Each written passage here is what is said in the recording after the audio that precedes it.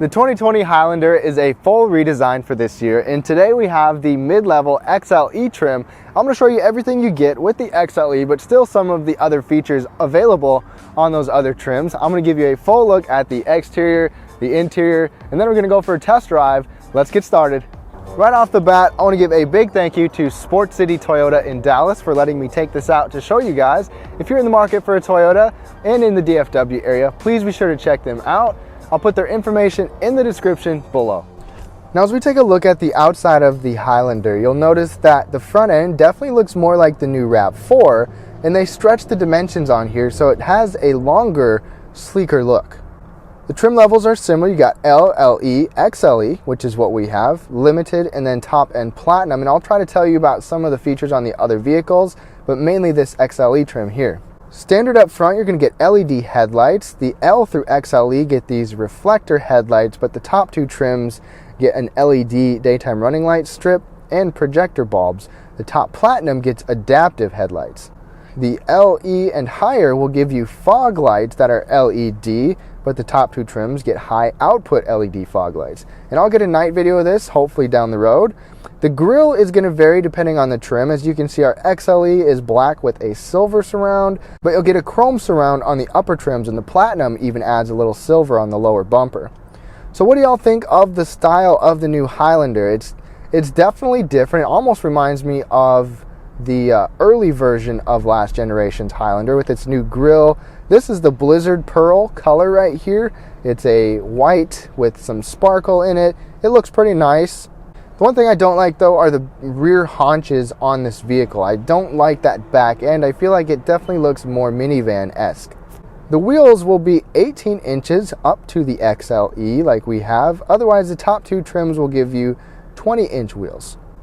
Every model is going to get heated body color mirrors. The LE trim and up will give you the LED turn signal and blind spot monitor, but you can get puddle lights with a Highlander logo and a reverse tilt function and memory function on the top two trims. Every trim's also going to get body color door handles and body color lower molding. It's a couple inches longer than last year. We got 8 inches of ground clearance, and as you come around to the back, you'll get LED tail and brake lights. And your backup camera even has a camera washer standard, so you don't have to deal with a dirty camera on your backup camera anymore. The rear bumper is going to vary a little bit as well. We have the black finish. You'll get a dark gray or light gray metallic on the top two trims though.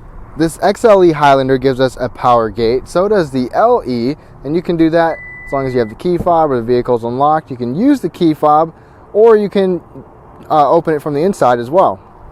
The Limited and Platinum will give you a hands-free power gate, and behind the third row you're going to get 16 cubic feet. Go ahead and fold those down and you'll get 48.4, and then with all of the seats folded you're going to get 84.3 cubic feet. It's a really nice spacious area. The extra length that Toyota gave it gives you some space behind the third row. Now to give you a quick look back here, we have a couple tie-down hooks, or a couple little grocery bag hooks I should say. There are also several actual metal tie-downs in here as well. And it's really easy to fold this seat down, and you can still fit a decent amount of space back here. This is better than the last generation. So there's no power option here, but you can lift this up. The headrest will automatically fold, and then you've got that. And if you want to pull it up, you can just pull with this strap, which is really easy to do. There's also some extra space under here, kind of a small storage area and a jack kit, and we do get a spare tire. But to fold this second row down is a little more cumbersome. I wish there was a lever in the back. This only moves it part way, and same thing if you pull that lever. It makes easy access to get into the back.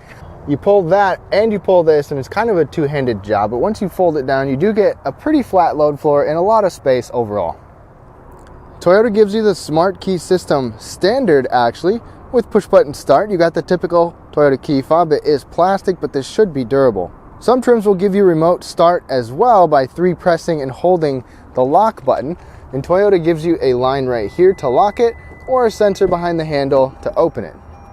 And the top Platinum trim is going to give you illuminated scuff plates right here. Every trim is going to give you an illuminated entry where the interior will actually light up as you approach the vehicle.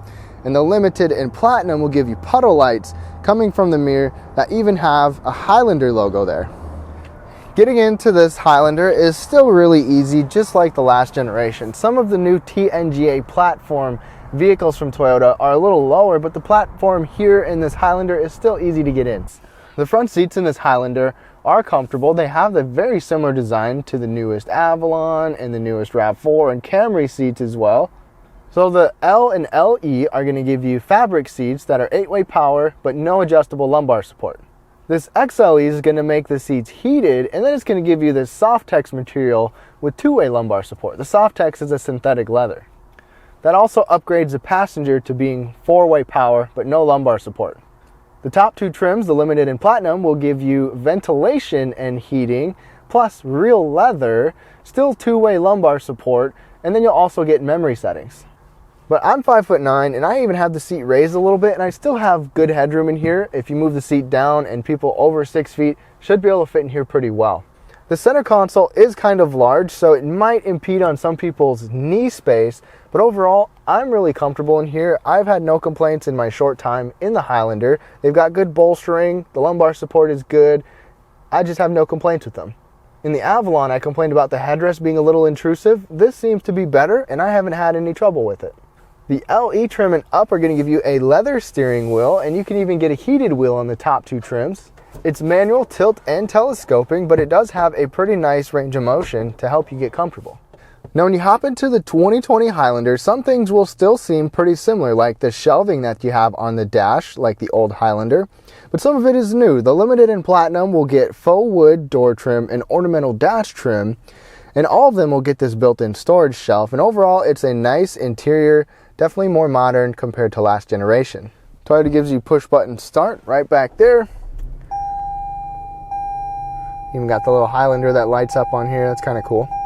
And this gauge cluster is interesting. It's similar to some of the newest Toyotas. You've got physical gauges on the side, which I appreciate. They look easy to read as well.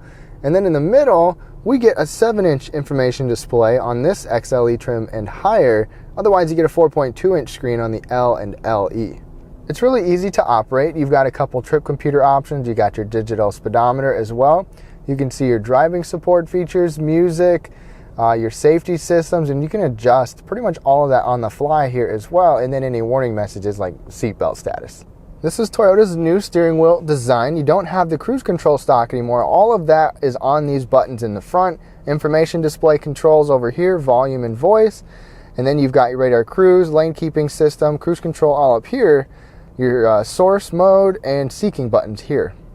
Our trim does not get the rain sensing wipers. Those will be on the the Platinum trim, and it will also give you a 10-inch head-up display right up above as well, and I'll hopefully show you that at some point. Now, as we come over here, this is where things have changed quite a bit. So you have kind of this whole setup right here. Everything is like one big panel, the AC vents, the radio controls, and an 8-inch touchscreen right here is standard, which is what you see, but you can get a 12.3-inch screen standard on the Platinum and optional on the Limited trim, which takes up more of this space. So I'm not going to go through all the details of this, but there's quite a bit that you can customize. You have physical buttons, which is nice. You can customize your home screen between a couple different screens. You can decide what you see. Your menu options, when you go to setup, you can change a lot of vehicle settings as well. It's pretty easy to use. You've got physical volume and tuning knobs as well, so I love the actual physical knobs and buttons. We have the projection for Apple CarPlay and Android Auto. Those are standard, and Amazon Alexa. Toyota also gives you something called Driver Easy Speak, which you can actually use that, and it will amplify your voice to play through the rear speakers so people in the back can actually hear you better. Most trims are going to get a 6-speaker system, but the Limited and Platinum will get a 12-speaker JBL, and usually the JBL system sounds pretty good. As you can see, we still have Sirius XM and HD radio, and below here you've got your 3-tier heated seats. You've got nice large knobs for your climate controls. The switchgear right here looks pretty nice as well. A couple nice large vents, and then you've got this really large storage bin right here. There's even a little spot you can take out to put a cord from the bottom down there. On here, it's hard touch. I believe maybe on the upper trims you will get a nice soft material on the inside, but it's still nice to have an extra little storage cubby. Now, one complaint is that the backup camera does not have dynamic lines unless you get on the Limited and Platinum trim. I think that it should have dynamic lines on every trim, but at least you get the projected path, and then you can get the bird's eye view camera, which is like a 360 camera, optional on the Limited and standard on the Platinum. Right down here you've got a pretty good sized storage bin. This again is hard touch. I'd like to see maybe a grip for your storage, but that goes back pretty far. You've got 2 fast charging USB ports and another USB port right here, and a 12-volt power outlet. The bottle holders accommodate several drinks. You've got these movable pieces. The shifter also feels nice.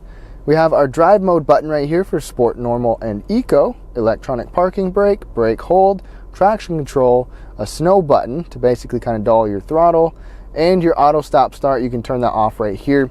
We don't have all-wheel drive, otherwise you would have a drive mode button. Toyota gives you a locking glove box as well. We get an automatic dimming rearview mirror and garage controls on our trim and higher.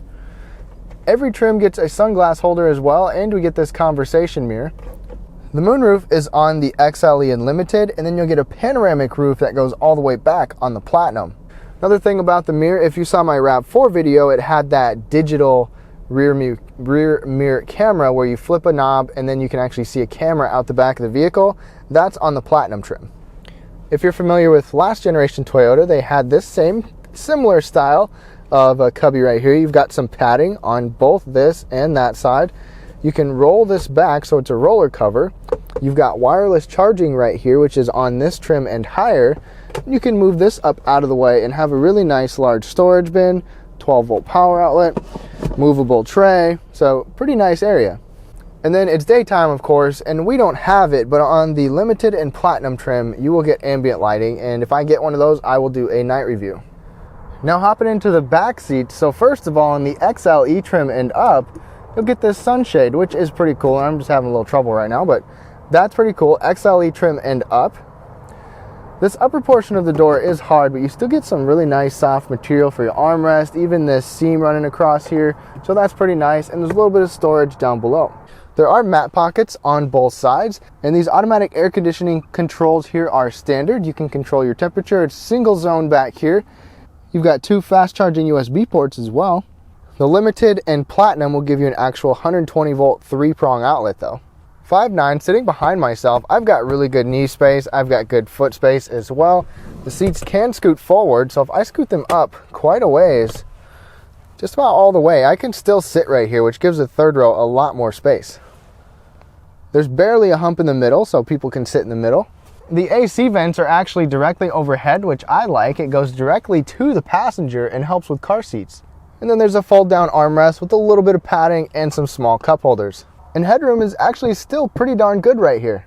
Not to mention the fact that we can recline quite a ways back, so you can get really comfortable back here. Now as we hop into the third row, first you'll notice you have a nice large step right there, which can be really convenient to reach up for your cargo rack. Now getting in here is pretty easy. You can just lift up on this handle. That will automatically fold, and then you just got to give it a little push and you get this opening to get into the third row. Now, if I pull this seat all the way back, I do not fit. It runs into my knees. This is definitely a small third row or small legroom. That seat is scooted up a little bit, so you do get a little bit. And as you can see, my knees are way off of here, so someone my size is definitely not meant to be back here, but you've got a couple cup holders, and there are AC vents on each side. This is technically a 3-passenger third row though, which is pretty cool. And when I'm sitting back here, I can't sit without my head pushing into the roof, but you can recline these, and anybody mid 5-foot range and lower might be able to fit back here okay. Now under the hood, just like last generation, Toyota still gives you 2 powertrain options. One gas only option and one hybrid option. The gas is very much the same, but the hybrid is definitely more efficient, and hopefully we can get a hybrid for a test drive, and I'll talk about that. Some of you might have wanted Toyota to bump the power here with this 3.5 liter V6, but it's still a sufficient engine, and it's even a little more efficient than before. You get the 3.5 liter V6, which is direct and port injected, 295 horsepower, 263 pound-feet of torque, paired with their 8-speed automatic transmission. All-wheel drive is optional, and the top 2 trims get torque vectoring all-wheel drive. Towing capacity is 5,000 pounds, and you get almost an 18-gallon fuel tank. Now miles per gallon is pretty good. On a front-wheel drive model, you'll get 21 city, 29 on the highway, and 24 combined. for some strange reason, the LE trim actually drops 1 mpg all around. All-wheel drive is going to give you 20 city, 27 highway. And if you really want efficiency, go for the hybrid because you can get up to 36 miles per gallon. All right, y'all, we are on the test drive for this 2020 Toyota Highlander. And right off the bat, my first impression driving through this lot with a bunch of Toyotas is that this generation Highlander, it feels more substantial, I guess you could say. The other one, it's not like the other one didn't. The other one still felt good and felt solid, but this one just kind of has a little bit more of a solid feel to it. It's on a brand new platform that they have been using with several vehicles already, so they've kind of used it and tested it out up to this point. And with that first little bit of acceleration, it was really smooth. It was pretty seamless, quiet. Now we get on it a little more. And it likes to rev. This engine definitely likes to rev, which is kind of, you know, that's what you get with a naturally aspirated engine. The steering feel, it's pretty light. It's on the light end, and for most people looking for a family SUV, that's what they're gonna like. It's gonna be easy to park, but as you can see, it's still somewhat responsive. Now, as I've changed lanes in here a couple of times, the visibility is not great.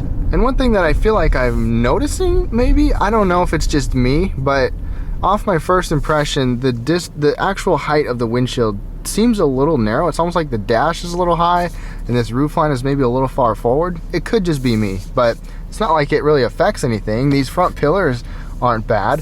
When I go ahead and look out the back, it's not great, but it's, you know, what do you expect with a 3-row SUV like this? And with some more acceleration right there, it definitely wanted to keep me, it wanted to kind of keep the RPMs down in a higher gear. But once I got onto it, it did take a second for it to decide and then downshift again, and then it gave me the power that I wanted. Now, as we get around this corner, I'm gonna go ahead and get on it a little.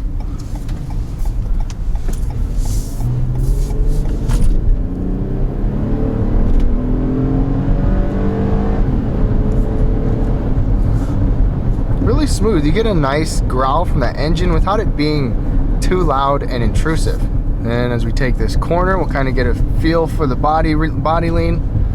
And there is a little bit, but there's really not a lot. This handles pretty well for a 3-row crossover, and in fact, this definitely handles better than the last generation. The last one, I feel like, had a little more body lean, maybe a little bit more body movement in general. Like I said, it feels like it's got a nice solid platform.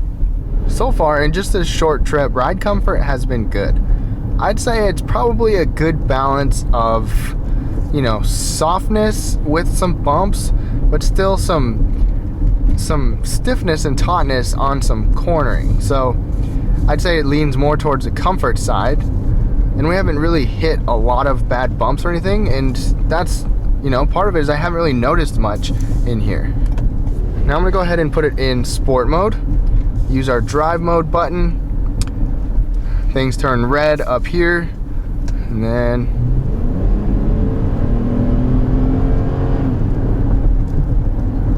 it was not floored, and it didn't really seem to alter things a whole lot. It's not really holding the RPMs up a whole lot. Most of you probably won't hardly use sport mode. You don't really need it. This has enough pep. We're still in sport mode. I would have liked to have seen Toyota give this a little more power over last generation, but you still got this 3.5 liter V6. It's direct and port injected, which is awesome. So hopefully this continues to be a reliable power plant. Now, we did just hit a few kind of rougher spots right there, and it's not harsh at all. There's really no harshness with this. I could only imagine that once you maybe get to the 20-inch wheels on the Limited and Platinum, that you might get a little bit more harshness and a little more bumpiness in the ride, but it's pretty good in here. So one thing I always like to comment on is the noise, vibration, harshness, and when I get this for a full week, I'll let you know if I hear any rattles or any oddities like that. But I don't think I have in any of the other new Toyota products, so hopefully this doesn't either. One thing I'd like to see changed is this is not laminated glass right here. I'm not sure if it is on the upper trims, but it is still fairly thick. So hopefully road and wind noise are well contained, and just in my city driving here in Dallas, things are pretty well contained. Now a lot of you might be curious about Toyota Safety Sense. It is standard. We have our blind spot indicators in the mirror on top of that, but you've got your lane keeping system, you've got radar cruise, the automatic emergency braking, and I have a full demo on the Lexus RX, which operates pretty much the same, and I'll try to get a full demo if Toyota gives me a Highlander for a week to show you how everything works in detail. Now we're just in normal mode.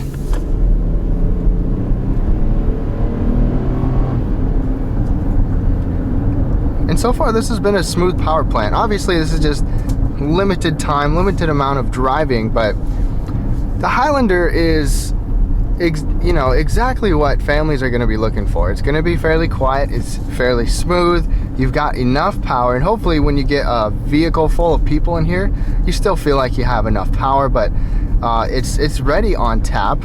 It's also efficient, which is a big bonus. So to wrap things up on the 2020 Highlander, Toyota still did a good job of keeping the Highlander practical with families in mind. If you're coming from an older generation Highlander, I think you'll be very happy with this. There's still a lot that is really similar to some of the older Highlanders, even though it's a full redesign. It's nice that they offer the hybrid powertrain as well, but this gas model is still pretty efficient, and the extra little cargo space is a nice touch for this 2020 model year. Hopefully Toyota sends us one for a week where I can do a night video, a safety demo, and a full review covering just about everything. But in the meantime, thank you so much for watching this. Be sure to check out some of the other videos. Big thank you again to Sport City Toyota. Have a great rest of your day.